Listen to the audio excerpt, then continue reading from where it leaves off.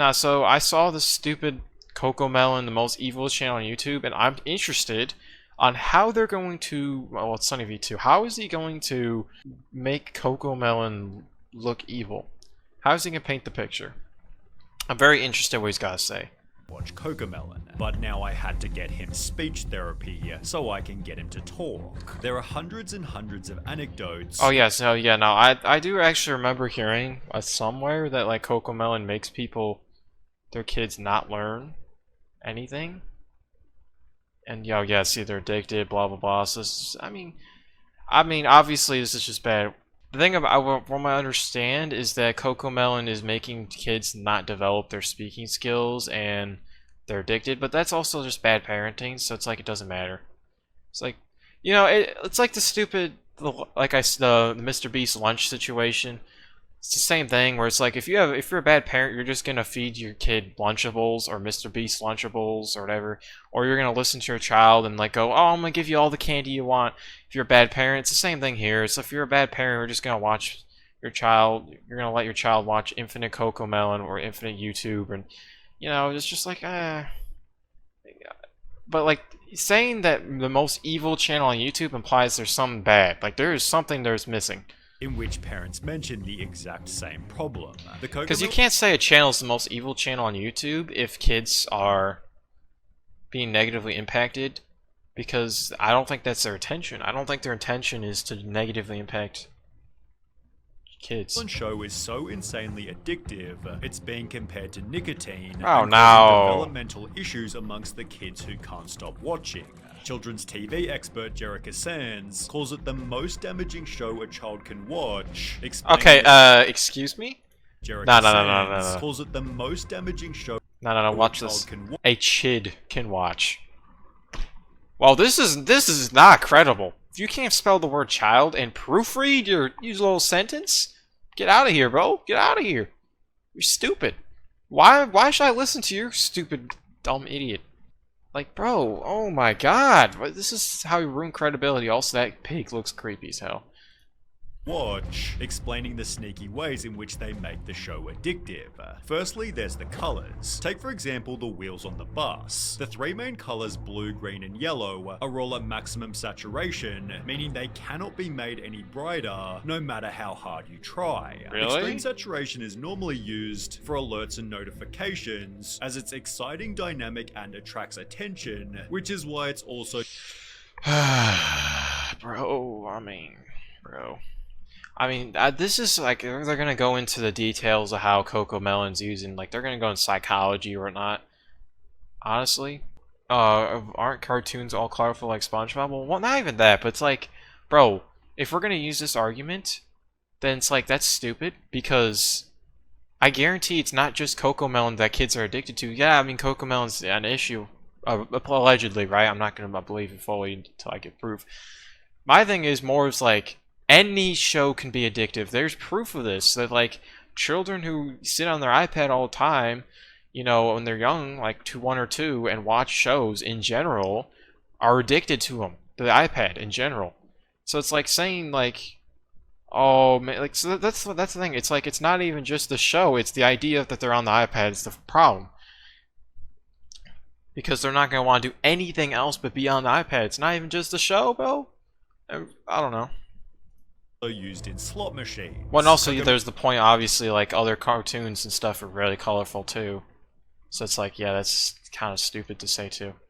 Melon puts these colors in perfect contrast, making them appear even more vibrant, which is different to, for example, Bluey, in which the colors instead blend together.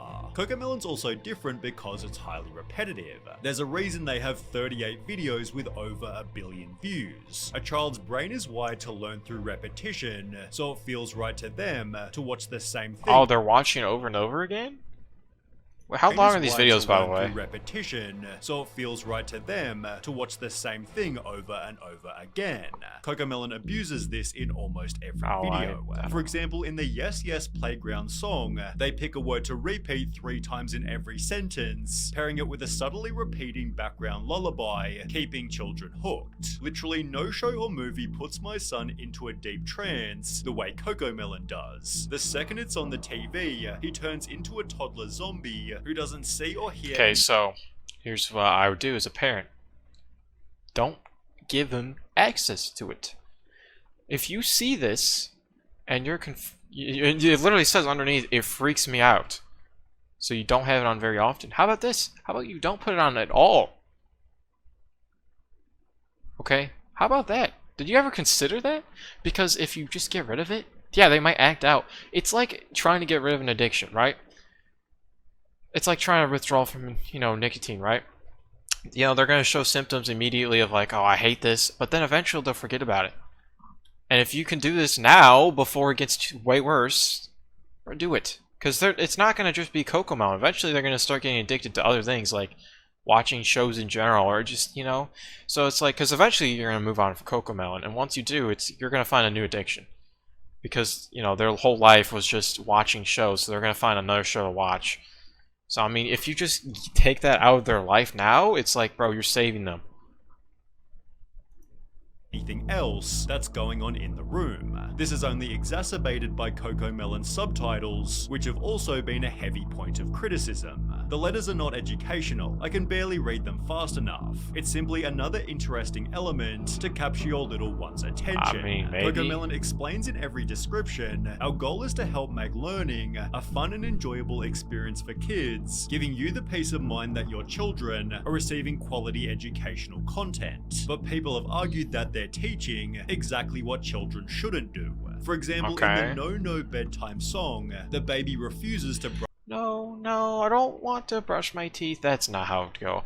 I'm gonna try to replicate this. No, I don't want to brush my teeth. Oh, I see why. Okay, dude, it's pretty funny. I didn't even realize why that'd be bad. Yeah, I mean, duh, this is pretty bad to say to a kid.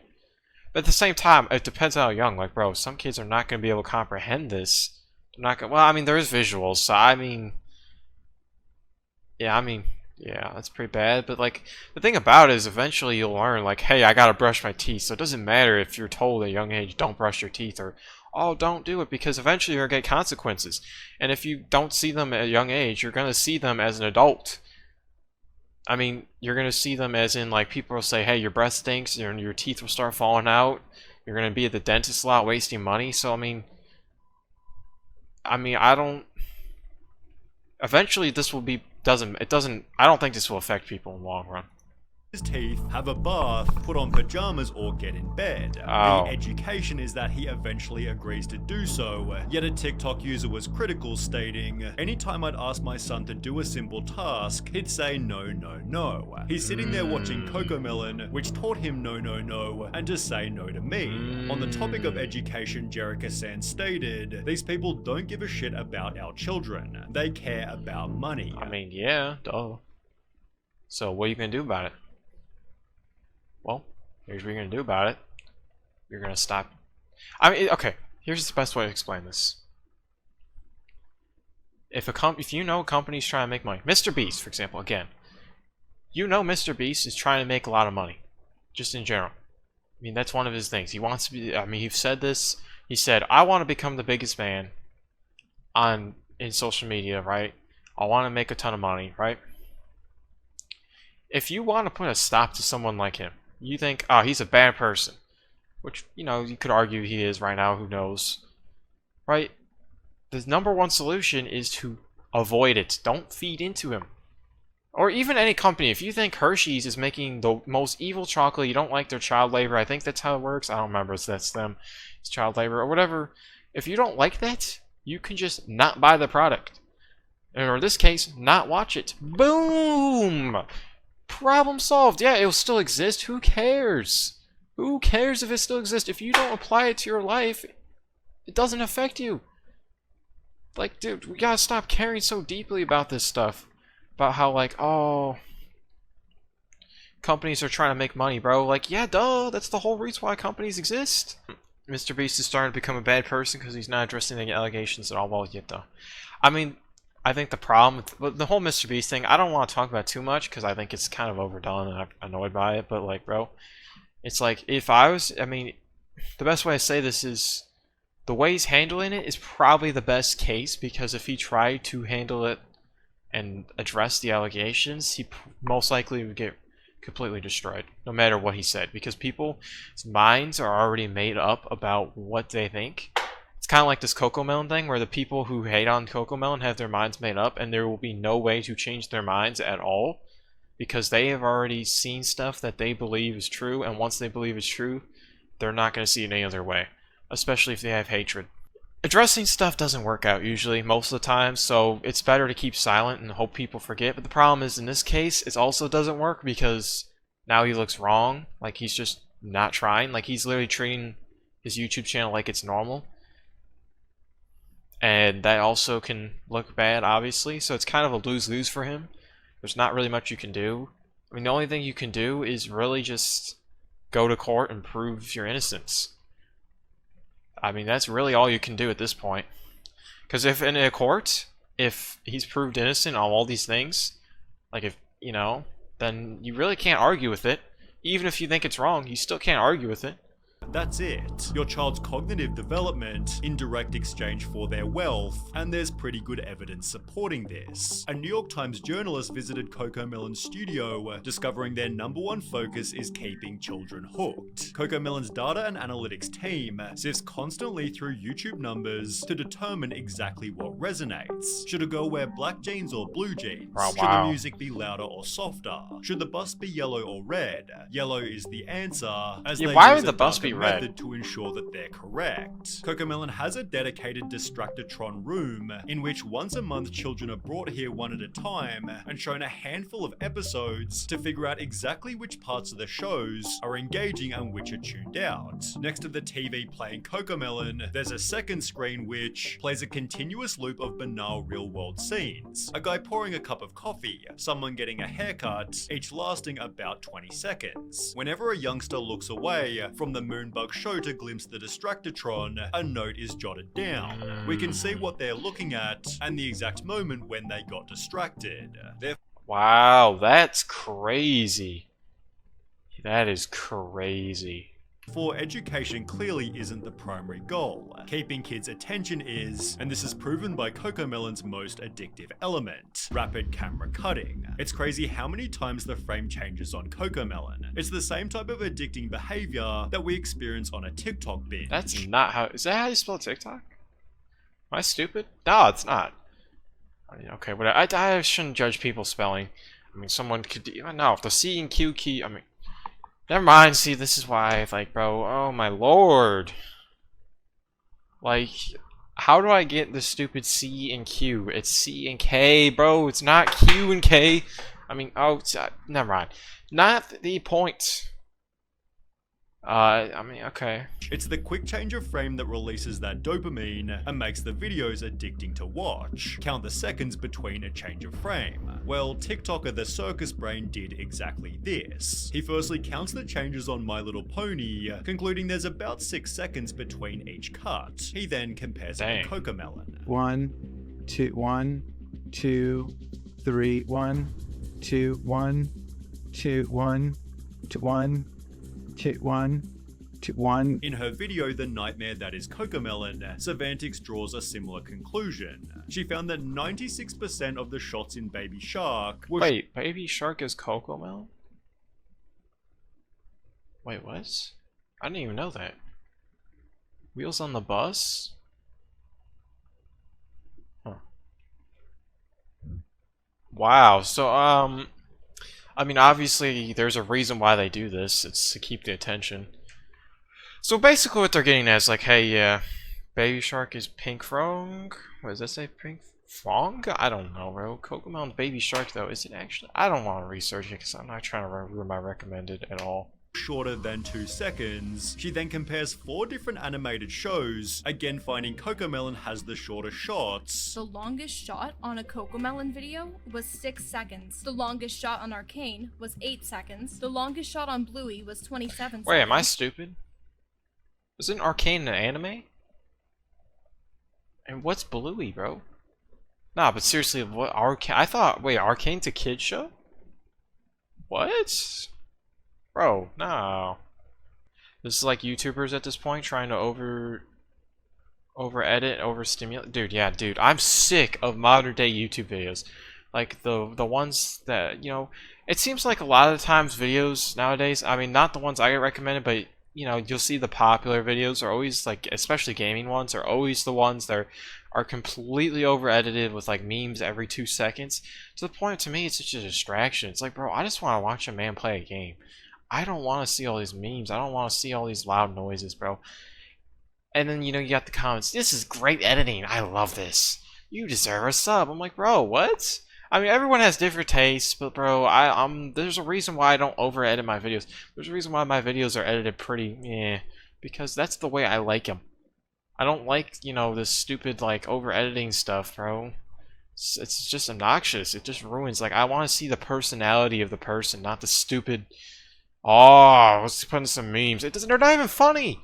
Encanto was 18 seconds. Which, when combined with every other element, creates some terrifying statistics. Dr. Kristen Summer explained that when showing an infant normal video content, they'll focus on the screen just 11% of the time. However, when the video is instead switched to Coco Melon, their screen engagement skyrockets to a whopping 74%. Damn. This therefore produces stories such as this. I used to volunteer for a preschool and they had song time. A Coco Melon video came on, and all of the tots stopped what they were doing, put down their cheese crackers, and remained fixated on the screen for the duration of the video. It was honestly kind of terrifying. YouTuber Saberspark shared his own personal... Well, here's the thing. Okay, so here's my thing, though. The title. You see the title top left corner. The most evil channel. This is not the most evil channel. All they're doing is just trying to make money. Like, they're not... I mean, you could argue that they know what they're doing in the sense that they're ruining toddlers' lives. But, like, at the same time, no, because that's the parents' faults for letting them watch them. Like, I don't know. I don't see them being the most evil channel. I do think they're somewhat evil in the sense that, like, they're focusing on profits over actually teaching kids, and they focus on trying to get their attention. But, like... You know, so far, right now, I don't think they're the most evil channel on YouTube. I really don't think they. Anecdote. He asked to watch a Disney movie with his two younger cousins, who both completely refused, and instead spent all day glued to an iPad playing the addictive show. In Coco Melon Made My Kid a Zombie, a mother talks about her son. He would be in a daze while watching it. You could be waving your hand right in front of his face, and he wouldn't move. Ooh, it was almost okay. scary. This was also discovered by Sarah Mills 98, who explained when the Coco Melon addiction is so real that my 1-year-old can navigate the TV to turn it on by himself. However, nothing shows the addiction better than the Coco Melon TikTok trend. Parents will play the show's intro loudly and video their kids sprinting toward the television, where you can witness their mood change instantly. The New York Times journalist found something similar. The kid in the Distractotron had shown up in the midst of a tantrum, which ended the second he heard the Coco Melon theme song. It was no surprise to Wheeler, the head of research. 99% of kids, he said, if they're having issues when they get here, once that Coco Melon song comes on, they're like, life is okay, all is good with the world. Obviously, there's a reason for this. Coco Melon is so hyper-stimulating. Okay, yeah, I mean, okay. And allegedly, it's as addicting as nicotine? I mean, I'm starting to kind of see why they say that. I mean, especially for a young mind, bro, it's easy to get addicted to things. That it actually acts as a drug, and what happens when you take the drug away. Young children experiencing symptoms of addiction and withdrawal, obviously leaving them completely dysregulated. TikTok. Well, yeah, but like I said, I mean, it's really the parents' fault. Don't let your kid... I think the real issue here is just don't let your kids have, like, a lot of access to iPads in general. And if you're gonna let them have access to iPads, you're gonna want to make it with, like, games or, like, I would say Disney, like old Disney classic movies, maybe. But like, I wouldn't do anything crazy. I wouldn't do any of this new stuff. I don't know, or you can. I'm not a good parent, obviously, because I'm not raising one, so I'm not actively researching what's the best method. So like, I can't really tell you what's the best, but I can tell you this: it's probably not the best option to allow them to be on kids' YouTube Kids. Probably not. Don't do that until they're at least 5. There needs to be boundaries for devices in general, like 30-minute limits. Devices in general? Bro, what? For everyone? I'm addicted. Because my mind is like, oh, that's not enough time, bro. Even I'm addicted. But the thing is, I'm not addicted to one thing that is negatively. Well, okay, I'm not going there because that sounds like someone who's trying to defend their addiction. For children. Yeah, I mean, that does work. I think one of the problems with setting boundaries, like when I was younger, I had a limit of how many hours I could play video games for. And I'm addicted to video games. Well, I'm not, I mean, I want to swear it this way. I have been addicted to video games for years. Ever since I was young. Depends, I mean, because it's just the thing I do, right?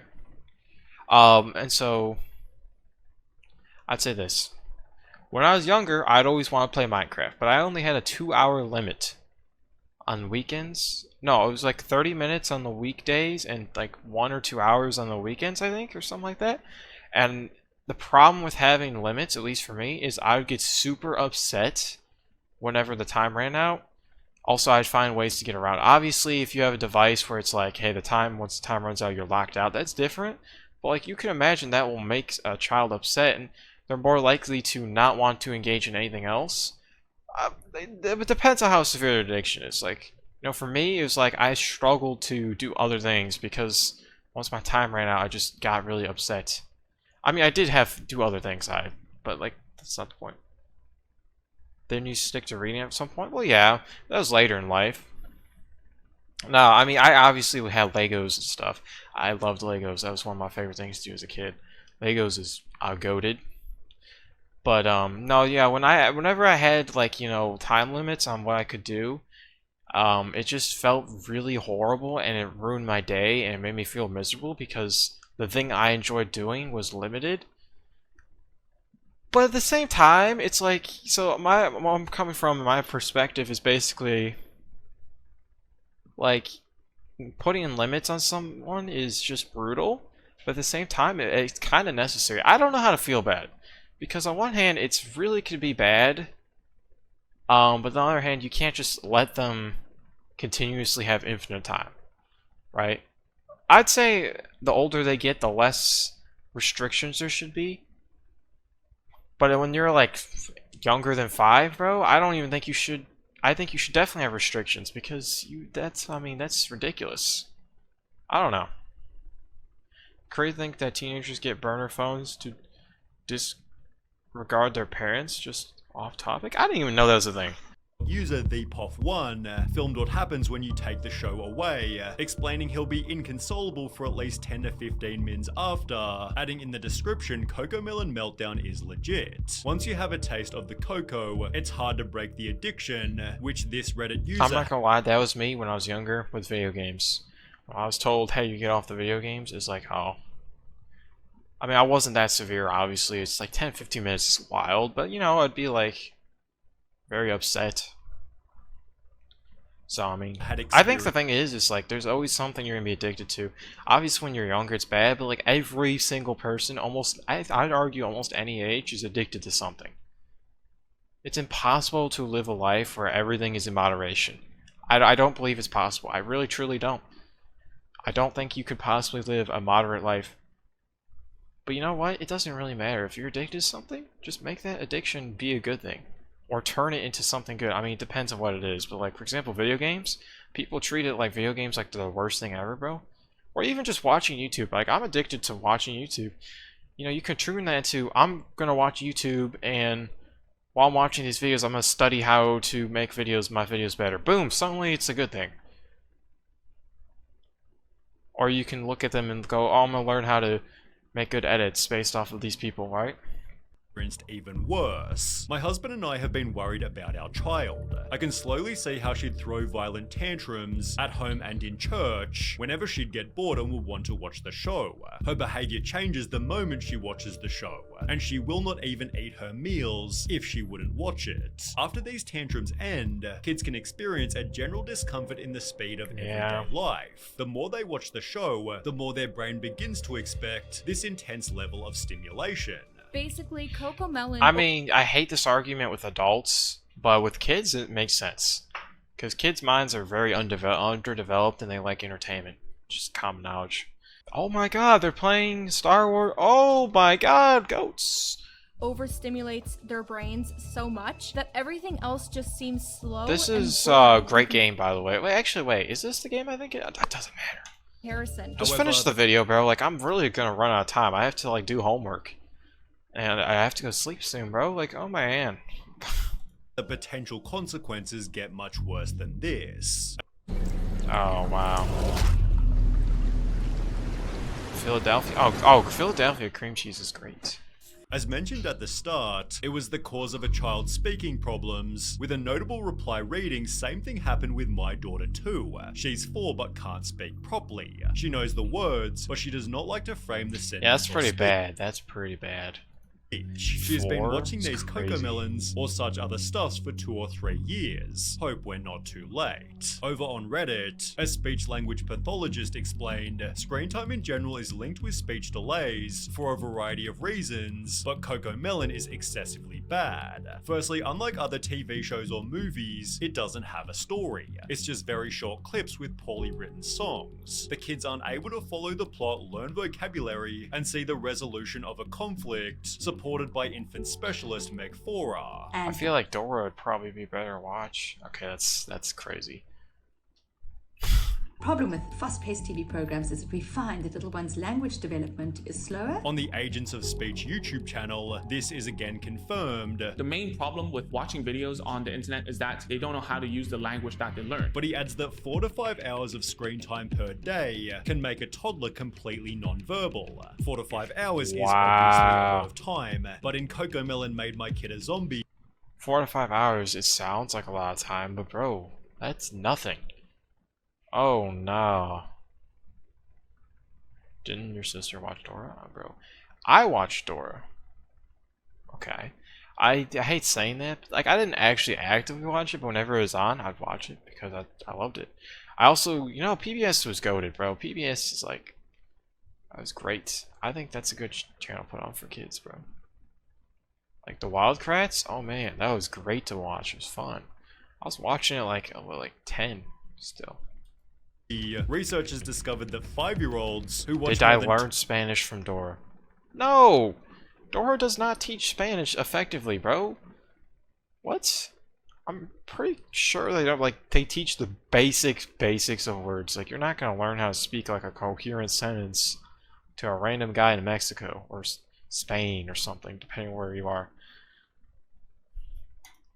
2 hours of TV a day tended to have lower attention spans and were 7.7 times more likely to show symptoms of ADHD. Wow. These screen times might be even lower for Coco Melon specifically because, as explained by Jerica Sands, not all screen time is created equal. A child who just watched 30 minutes of Coco Melon and a child who just watched 30 minutes of Trash Truck will look like a I very, don't know what very Trash different Truck is. child. Thankfully, here lies a simple solution. Sierra Renee explained, "My 2-year-old is speech delayed and addicted to Coco Melon. Switched to Miss Rachel 2 days ago, and he's already saying more words and hasn't had any tantrums." Kim.it shared an almost identical anecdote. "My 8-month-old was obsessed with Coco Melon and having bad tantrums, so I cancelled Coco Melon and only let her watch Miss Rachel, and she said her first word within the first 3 days of watching." That's good, this is Clearly, good. parents are able to simply change the channel, but not before leaving Coco Melon a massive amount of dislikes. They're Dang, therefore, that's in the title, crazy.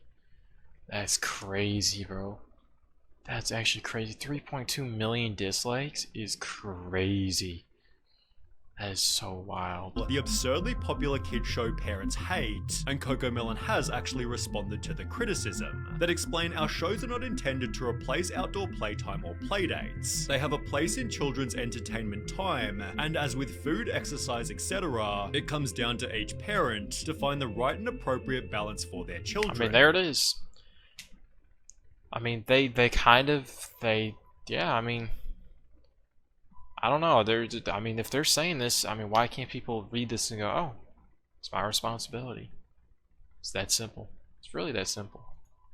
Our responsibility is ensuring that the quality of the content. I mean, yeah, that this we- right here. I mean, supposedly, I'm not fully convinced, but apparently it's hurting development. But like, I'm not sure how. By the way, and also, they really haven't given exactly the reasons why. They just kind of said like it does. So I mean, I would like to know the reasons why, but this video's about that anyways.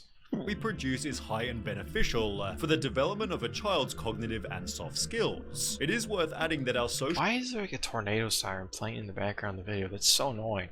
media communities are filled with stories of parents who experience firsthand how Moonbug content helps their children. Coco Melon does have a crazy amount of supporters, but it's obvious that some of them are simply ignoring the downsides. My baby learned the alphabet and numbers from Coco Melon. She may not speak a complete sentence, but she expresses her wants through phrases. But is it Coco Melon's responsibility to ensure that babies are talking? Well, no. People Exactly. love blaming cartoons and games for raising children, and not the shitty parents that don't step in. Okay, so yeah, I mean this guy just said a title that. To stop By the way, when I clicked on this, I thought this video was gonna be like exposing some evil, like actually dark secret. Like I don't know exactly what it was gonna be, but I thought there was some secret like that was huge. But nah, it's just common knowledge. them from watching so much. Coco Melon is actually a really sad symbol of parents giving their children tablets instead of actually parenting and interacting with them. Ultimately, parents are the people who choose how much their child consumes. Yeah.